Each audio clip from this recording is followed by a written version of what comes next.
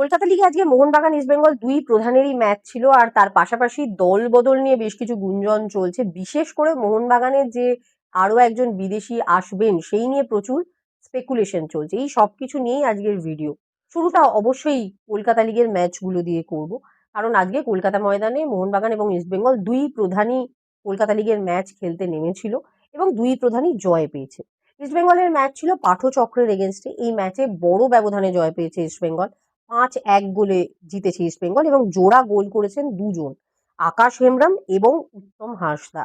আকাশ প্রথম গোল করেন 5 মিনিটের মাথায়, এরপর আকাশের গোল 63 মিনিটে। উত্তম হাসদা প্রথম গোল করেছেন 21 মিনিটের মাথায় এবং প্রথমার্ধের অতিরিক্ত সময় তার দ্বিতীয় গোল।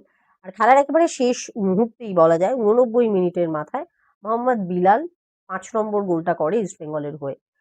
পাঠচক্রের পক্ষ থেকে অবশ্য একটা গোল এসেছিল, বাট 5-1 গোলে একটা বড় ব্যবধানে জয় ইস্টবেঙ্গলের।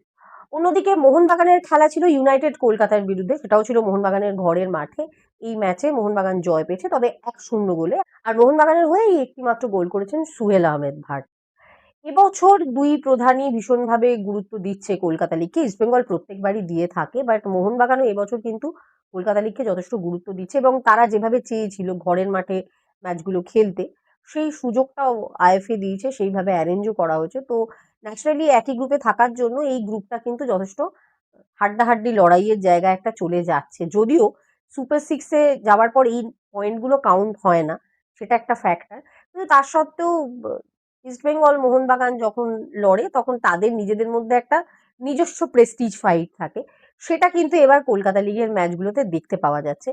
যত সময় এগোবে ডেফিনেটলি এই লড়াইটা আরো জমবে, এটাই এক্সপেক্টেড। এবার আসি দল বদল প্রসঙ্গে। ইস্টবেঙ্গলে গতকালই দুজন ফুটবলারের নাম ঘোষণা করা হয়েছে। একজন ক্রিস ইকোনমিডিস, অস্ট্রেলিয়ান স্ট্রাইকার, এবং তারপর রাতের দিকে আরো একজন ফুটবলারের নাম ঘোষণা করা হয়েছে, নরেন্দ্র গেহলট। ভারতীয় এই ফুটবলার কিন্তু ন্যাশনাল টিমে খেলেছেন এবং পরিচিত নাম আমরা জানি, এবং তাকেও কিন্তু ইস্টবেঙ্গল নিয়েছে 2 বছরের চুক্তিতে।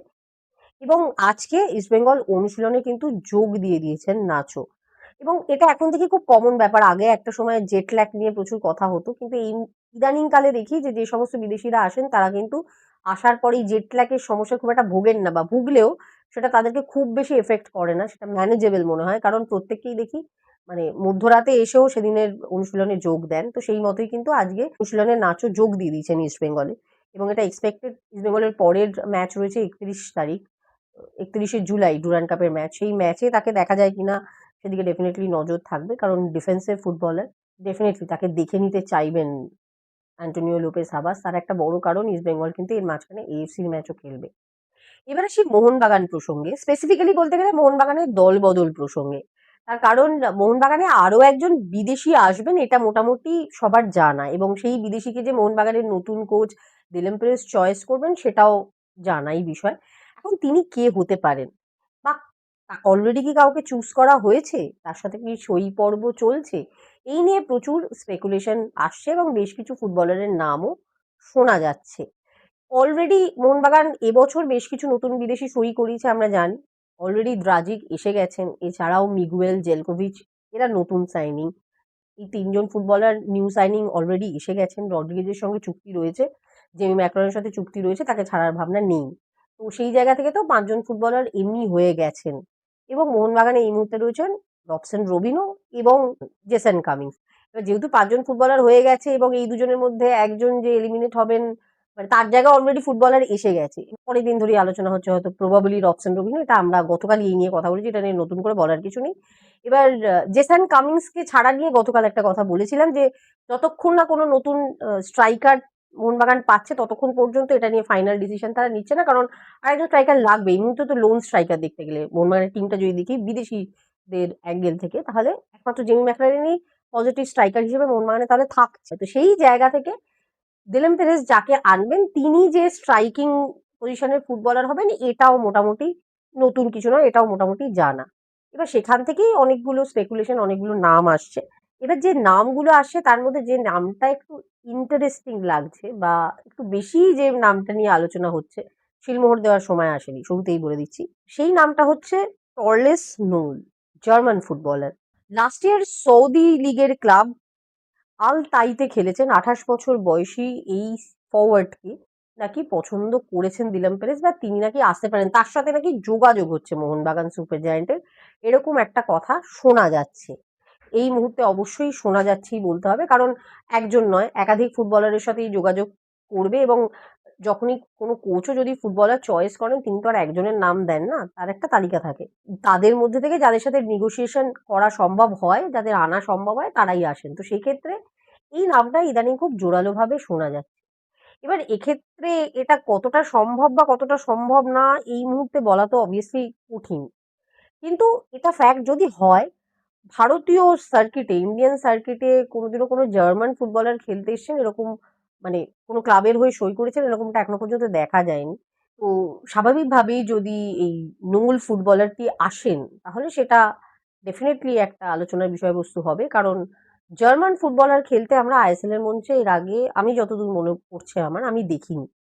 তো এই সাইনিংটা ডেফিনেটলি আলোচনার মতো বিষয়বস্তু। জানা নেই হবে কি হবে না, এখনই শিলমোহর দেওয়ার জায়গায় আসেনি, প্রথমেই বললাম।